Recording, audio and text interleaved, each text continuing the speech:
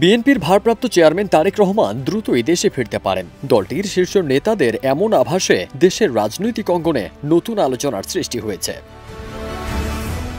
BNP মহাসচিব মির্জা ফখরুল ইসলাম আলমগীর জানিয়েছেন, বেগম খালেদা জিয়ার শারীরিক অবস্থা পর্যবেক্ষণ করেই তারেক রহমান দেশে ফেরার চূড়ান্ত সিদ্ধান্ত নেবেন।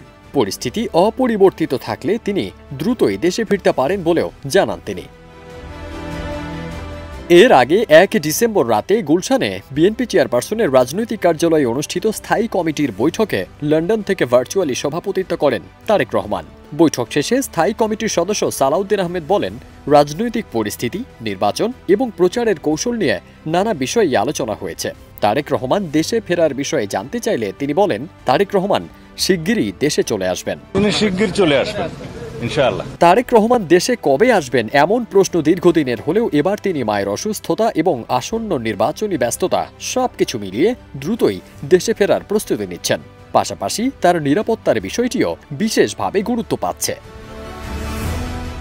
এরই মধ্যে বেগম খালেদা জিয়াকে রাষ্ট্রের অতি গুরুত্বপূর্ণ ব্যক্তি ভিভিআইপি ঘোষণা করে তার নিরাপত্তায় স্পেশাল সিকিউরিটি ফোর্স এসএসএফ মোতায়েনের নির্দেশ দিয়েছে উপদেষ্টা পরিষদ।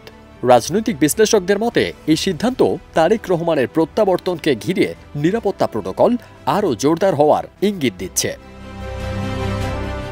এদিকে ২ ডিসেম্বর সচিবালয়ে আইনশৃঙ্খলা সংক্রান্ত কোর কমিটির বৈঠক শেষে স্বরাষ্ট্র উপদেষ্টা জাহাঙ্গীর আলম চৌধুরী বলেন, প্রয়োজন হলে তারেক রহমানের নিরাপত্তায় বিশেষ ব্যবস্থা নিতে প্রস্তুত সরকার।